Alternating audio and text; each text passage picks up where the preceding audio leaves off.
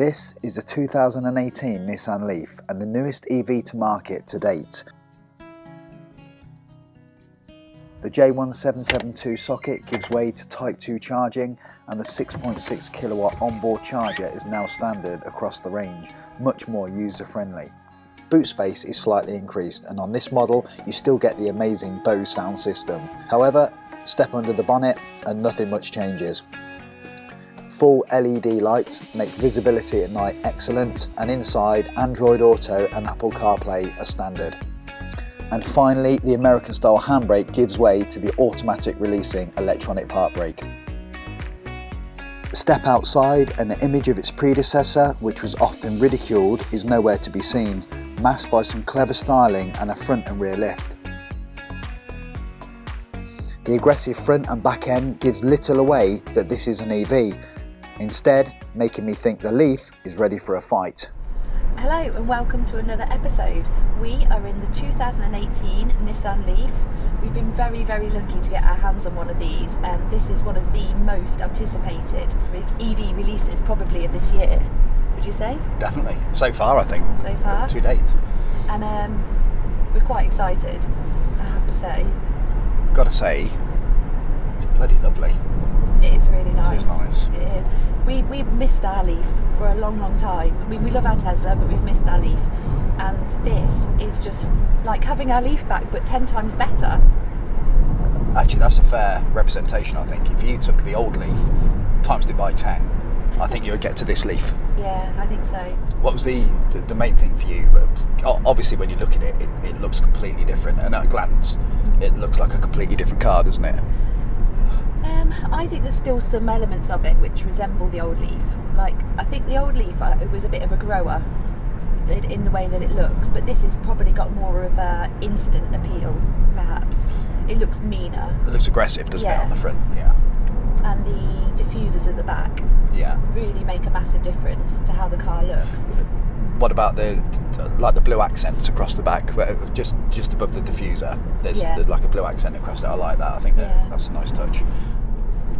So stepping inside, there's a lot of familiarities. The first thing you're going to notice is the door cards are the same, front and rear. The window switches are the same, front and rear. The heater controls are the same. The A pillars are the same. The B pillars are the same. The doors are the same. But then why would you change all that if you didn't need to? So essentially, it has just had a front and rear lift. But even though a lot of the components are the same, it doesn't look aged. Do you know what I mean? It doesn't. Yeah, I think it was kind of ahead of its time. I think so, yeah. Perhaps. What do you think to the new display and the way it sticks out more? I think it's better. I think having that screen, making it more prominent, it's easier. It seems to make it easier to use, and I don't know why, but it does. And the layout seems... The horn's the same. The horn's the same. Yeah. It seems to be more logical. I don't know if I'm right. There's a bit more emphasis on it. Maybe. With that in mind, I think the sat-nav, which we've had a little bit of a play with, is... it's a bit old still. I mean, it's usable. It's fine. It gets you to where you want to go. Don't you think it looks more modern though across the way that you see? The thing is, I look at them heater controls and I think that's the old Leaf. That's the first thing I look at. But I think just the way it's laid out is they've pulled the cup holders from the front where they used to be to behind the gear selector. And that just seems to work a little bit better, because actually when you put a decent sized coffee in the cup holders, you can't get to your USBs, you can't get to your heated seats. Well, you can, but they're just in the way, so that's a bit more friendly. I think that's what I meant by it being more logical. Before I take any credit for that was Chris Ramsey that drew my attention to that and said, look, check that out, cup holders in a better place. So but it's those little things that make a difference. I mean, not everybody uses cup holders. We do, but not everybody does. But for those who do, it makes a difference. It does. The layout's just more. It feels more streamlined, and it feels. It doesn't feel too space agey. I think I was worried it might feel space agey. Do you like the finish on the seats? The way that they put the stitching's gone in, the trim down, because these are half leather, half Alcantara, and it just gives a little bit more of a modern feel. Yeah. But then I like the old Leaf seats, the old leather ones. Yeah, right. I thought they were okay. They were good. But they have added a little bit of extra detail. Yeah. They seem to have just spent a bit more time on the styling. I think that's what the difference is. Another thing which I am quite a fan of is there's no trees in here. Well, I haven't found any trees. You know, you used to build a tree and you used to get 5 of them. That's gone, and that's good. The display is much better. There is a lot of layers that you go through. I think if I count down 1, 2, 3, 4, 1, 2, 3, 4, 5, 6, goes like 20 different screens there, or maybe 24 different screens that you can flick through. And I'm only interested in one, and that's the amount of energy I'm using and the amount I'm regenerating. That's it. That's me. I'm done. Yeah. Performance. Now then, that's nice. 0 to 60 is around 8 seconds. Okay. But I think it feels a whole lot quicker than that. That's faster than the old Leaf, though. Yeah, it's which was about 11, wasn't it? Well, they said 11, but I think it felt quicker than that. Especially the initial 0 to 30, yeah. Should we do a quick burst? Yeah. Okay, right, you ready? Oh, let me put it in D mode. There we go. Okay, let's go. 1, 2, 3, go. Whoa. That is loads better. Yeah, it is. That is amazing. It is. That is really good. Wow. That feels quicker than 8 seconds. Easily quicker. We'll have to do a timed one. Yeah, if we get time. Yeah. But it feels really quick. That felt amazing, didn't it? And then the initial burst of power. Yeah. I mean, I was always impressed by the old Nissan Leaf, and when we first got it, we spent a lot of time just flooring it. And this is good. So we've gone from 109 brake horsepower to 147, 148. I've seen 147, 148, and 149 written down. It's around about there. Yeah. Somewhere. To try to put that into perspective, the camera car here is 140 brake horsepower EcoBoost Fiesta with a 0 to 60 time of 8.7 seconds. I think the results speak for themselves.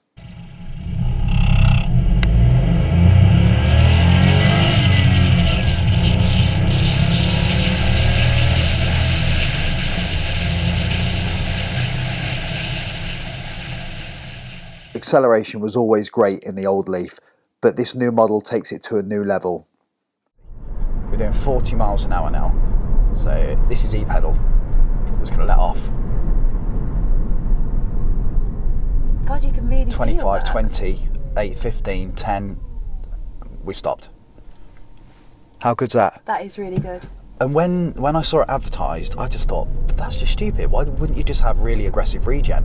But it seems to work better by having your foot on the pedal. I don't know why, I can't really explain it, but I like the idea of it being on that pedal and having control, whereas when you let off and just leave it to regen, it's sort of just, I don't know, it's difficult to explain, but I feel like you've got more control with your foot on the pedal. I don't know why. It's a good decision they made there with that. It is. We don't drive, well, I say we don't drive, we haven't driven it with e-pedal turned off. Just because. I don't know why you would. No, it's just, there's no need. And from 100% charge, that system's working. Again, this is very difficult to bring across on a video. To try and put this into perspective, this stretch of road is a long sweeping downhill, and at no point were the friction brakes applied. Even though the brake lights are on, this is full use of the e-pedal and brake regeneration. So we really want to talk about range and charging. That's coming up in our next video. But the range is good. We've got 20% of the battery left and it's done 119 miles. And that's been a fair mix of ProPilot. ProPilot's going to be in the next video as well. So that's been a fair mix of motorway, country roads, and you know how we drive. You know, we don't drive lightly, do we? No, we just drive sensibly. We just drive like normal drivers. We don't change our style because it's an EV. I think is what you're trying to say, isn't it? Yeah. Yeah. I'll take that.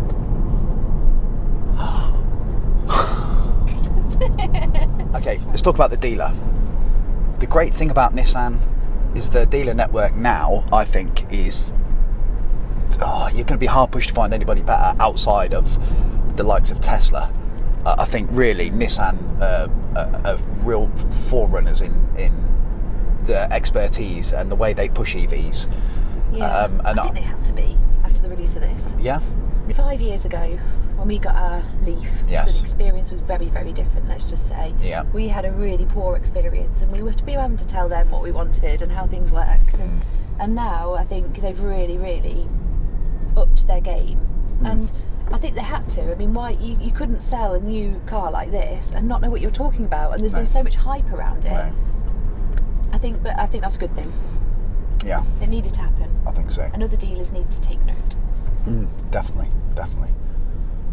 Let's just say then that you were going to go out and buy an EV. Yeah. You've got this, you've got the Ioniq, you've got the i3, you've got the e-Golf, you've got the Zoe, the bigger battery Zoe. What'd you go for, honestly? Think about price as well, because this doesn't come in cheap. No. This doesn't come in cheap, but there are some good deals to be had out there. Was our PCP on our initial Leaf 300 and 330. well, you can have this for less. Okay. With a bigger deposit. How much is the deposit? The deposit's 5k. Okay. So it's not big, but it's not small. No. Okay. Sorry. So. I'm not going to be biased towards Leafs because I love the Leaf. Yeah, don't be biased. But just hang on. Soak up the dashboard. Soak up the dashboard. Soak up the seat. Has you bummed them? No. Okay. I'm just saying. I'm not trying to sway it, but soak up the dashboard. Soak up the. Hang on. Soak up the non-numb bum seats. Soak up the ergonomics. Soak up the aggressive front end. Soak up the app. Just so you know, you can't have an app on the Ioniq. The Kia Soul is another one. You can't have an app on that in this country. The app, since we've seen other apps, the Nissan app isn't as bad. Yeah, it's honestly, quite good. We used to slate it, but it's better than a lot of the apps out there. Original question: what would I go for? I do love this. I do. Right. I think it would probably be this. Do you? Yeah, I do. The BMW i3. It's always a bit of a love and hate thing for me with that car. It's a really good car, but I hate the doors.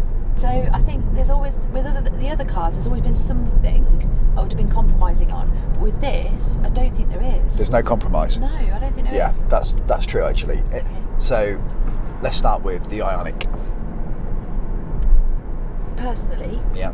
I didn't like the way it looks from the outside. Okay, so it's an image thing. It's not an image thing. If I'm going to spend a lot of money on a car, I want to like it. Okay, fair enough. So for me, that was that. i3? i3, don't like the doors, and I think the styling is quite it's a, what's the word? Love-hate thing. Love-hate thing, yeah. E-Golf? E-Golf, see, I did love the e-Golf for lots of reasons, but for me, there was two major things. The monkeys. Oh, yeah. Obviously. Monkey, yeah. And the speed, actually, the 0 to 60. Yeah. That wasn't great, and you can't compare it to this. What about the app? Oh God, the app. Yeah. Yeah, let's not go there. So there's a few things with that. What else we got? Zoe? Zoe, it just doesn't have the same finish. No. Kia Soul? Do you know, that's such a long time ago that we did that one. Yeah. It was pricey. I remember that the price of it being an issue for us at the time. It's come down now, but it was outrageous. Yeah. Yeah, it was. And the dealer experience, I don't think it wouldn't have been a very easy car to buy and to get exactly what you wanted. Yeah. Which was a shame because we actually did like that car. Yes. So out of all the EVs that we've driven, include Tesla in this. Yeah.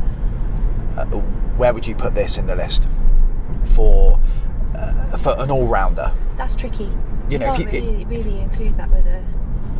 Well, let's just say, you include like the price of things, because we've got a 70 grand car and it's not built to the same finish as this. Do you not think? No, I don't think it is at all. I think the finish is good. I look at the seats and the stitching on the seats, and it's really good. But I know that in 5 years' time, this won't creak. No, it won't creak, and the seats wouldn't have worn through it in the same way that ours didn't when it went back. Yeah. That's the difference in the build quality. The materials that are used in this are really, really very good. Whereas in other EVs, ours included, it's not as good. The finish in the Nissan is right at the very, very top. I'd have one. So we're going to put the Nissan Leaf #1 spot. Yeah. thanks for watching. We hope you liked the video. Don't forget to like and subscribe. And part 2 will be coming very, very soon.